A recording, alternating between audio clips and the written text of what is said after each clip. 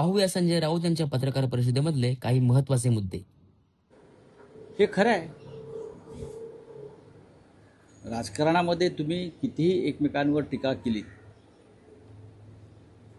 तरी संकटकाळी सह्याद्रीच हिमालयाच्या मदतीला जात असतो. ज्या अर्थी शरद पवारांनी हे सांगितलेलं आहे त्या अर्थी गेल्या अनेक वर्षात अशा काही घटना आणि घडामोडी घडलेल्या आहेत,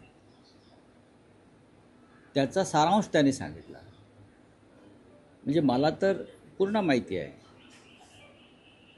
की नरेंद्र मोदींना ज्या दोन प्रमुख लोकांनी मदत केली, नरेंद्र मोदी आणि अमित शहा, ते शरद पवार आणि हिंदू हृदय सम्राट बाळासाहेब ठाकरे. मी माझ्या पुस्तकातील लिहिलं आहे ते.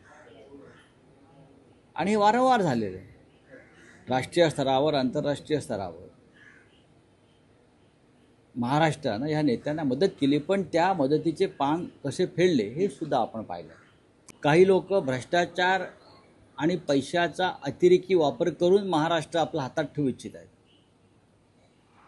आम्ही म्हणजे माननीय शिवसेना पक्षप्रमुख उद्धव ठाकरे असतील, महाराष्ट्र नवनिर्माण सेनेचे अध्यक्ष माननीय राज ठाकरे असतील, आम्ही महाराष्ट्र विचारानं आणि संघटनात्मक बांधणीच्या माध्यमातून ढवळून काढू. मोर्चात आहेच सर्वपक्षीय. त्या सर्वपक्षीय मोर्चामध्ये अर्थात मोठं योगदान हे शिवसेना आणि महाराष्ट्र नवनिर्माण सेनेचंच असणार आहे. तो मोर्चा तर विराट होईलच, पण उद्याच्या महानगरपालिका निवडणुकीच्या दृष्टीनं सुद्धा तळागाळातला कार्यकर्ता, गटप्रमुख, उपशाखा प्रमुख, यादी प्रमुख या सगळ्यांना योग्य मार्गदर्शन करणं आणि जमिनीवर घट्ट उभं राहणं.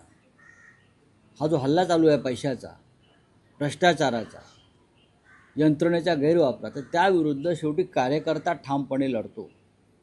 म्हणून माननीय उद्धवजींनी उपशाखा प्रमुखांचा मेळावा मुंबईतल्या हा 27 तारखेला घेण्याचं ठरवलं आहे. आणि मला वाटतं 4 दिवसापूर्वी श्री राज ठाकरे यांनी यादी प्रमुख, मतदार यादी प्रमुखांना त्यांच्या एका मेळाव्यासाठी, जे पाहिलं आपण मेळाव्याचं भव्य स्वरूप, 2 पक्ष एकत्र येऊन कार्यकर्त्यांना ताकद दिली. पण या महायुतीचा महाराष्ट्रात विजय झालेला नसून मतचोरीच्या माध्यमातून, घोटाळ्यांच्या माध्यमातून, पैशाच्या माध्यमातून त्यांनी हा विजय प्राप्त केला. आणि नॅरेटिव्ह सेट करणं जे म्हणताय, हा एक राजकीय भाग आहे. तुम्ही काय केले इतके वर्ष? नरेंद्र मोदीने काय केलं? अमित शहा काय करतायत? देवेंद्र फडणवीस काय करतायत? लोकांपर्यंत विचार पोचवण्यासाठी त्या दृष्टीनं आखणी, योजना आणि बांधणी करावीच लागते. आम्ही निवडणूक आयोगाला प्रश्न विचारतो आहोत. मी परत सांगतोय, निवडणूक आयोगाला आम्ही प्रश्न विचारल्यावर निवडणूक आयोगानं आम्हाला उत्तर द्यायला हवं. निवडणूक आयोगानं भारतीय जनता पक्षाच्या लोकांना का वकील म्हणून नेमलंय का? सांगा ना. निवडणूक आयोगानं भारतीय जनता पक्षाच्या लोकांना वकील म्हणून नेमला असेल तर त्यांनी सांगावं की आम्ही निवडणूक आयोगाचे वकील आहोत. आम्ही जे म्हणतोय की निवडणूक आयोग आणि भारतीय जनता पक्ष आणि त्यांचे बगलबच्चे हे हातात हात घालून काम करतात. त्यांची पार्टनरशिप आहे आणि त्या पार्टनरशिपमधून विधानसभेचा विजय त्यांनी मिळवला. हे स्पष्ट आहे. हे काय नेरेटिव्ह आहे? हे सत्य आहे. लोकांनी मान्य केलं आहे. अजिबात निवडणुका पुढे ढकलण्याची विनंती कोणीच केलेली नाही. निवडणूक याद्या दुरुस्त करा, याद्यांमधला घोटाळा दुरुस्त करा. एकनाथ शिंदेने जो पैसा टाकला आहे निवडणूक याद्या बिघडवण्यासाठी, तो साफ करा. हीच मागणी आहे ना, आणि ती योग्य मागणी आहे. बाजीराव पेशवे हा दिल्लीचा गुलाम नव्हता. बाजीराव पेशव्यांनी अफगाणिस्तान, कंधार, अटकेपार झेंडे लावले. ते तलवारीच्या आणि स्वाभिमानाच्या ताकदीवर लावले. हे भावबंदकीचं उदाहरण देणाऱ्यांनी समजून घेतलं पाहिजे.